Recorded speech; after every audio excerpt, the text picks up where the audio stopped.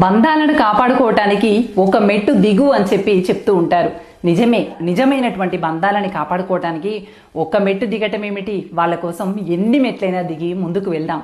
కానీ ఇంతలా రాజీ పడుతున్నాం అనేటువంటి విషయాన్ని అర్థం కానటువంటి వాళ్ళ కోసం ఎన్ని మెట్లు దిగితే మాత్రం ఏం ప్రయోజనం చెప్పండి. మనల్ని అర్థం చేసుకునేటువంటి వాళ్ళ కోసం, మన బంధాన్ని కోరుకునేటువంటి వాళ్ళ కోసం ఎన్ని మెట్లు దిగినా తప్పులేదు. కానీ మనల్ని అస్తమానం అపార్థం చేసుకుంటూ మనం వాళ్ళ కోసం తగ్గిన కొద్దీ తలబిరుసుతనాన్ని ప్రదర్శిస్తూ అర్థం చేసుకోలేనటువంటి వ్యక్తుల కోసం ఎన్ని మెట్లు దిగితే మాత్రం ఏం ప్రయోజనం. తల వంచిన కొద్దీ దగ్గరవ్వాలని ప్రయత్నించిన కొద్దీ మరింత దిగజారిపోవటం తప్ప పెద్దగా ప్రయోజనం ఏమీ ఉండదు. ఒక మెట్టు దిగి మీరు వారితో బంధాన్ని నిలుపుకోవాలనుకున్నప్పుడు వారికి అర్థమయ్యేలాగా చెప్పండి. నిర్లక్ష్యంగా పట్టుదలగా నేను ఉండగలను, కానీ బంధాన్ని నిలుపుకోవాలనుకున్నాను కాబట్టి నీకోసం ఎన్ని మెట్లు దిగైనా వస్తున్నాను, అంతేకాని నన్ను నేను దిగజార్చుకోవటానికి కాదు అని అర్థమయ్యేలాగా చెప్పండి.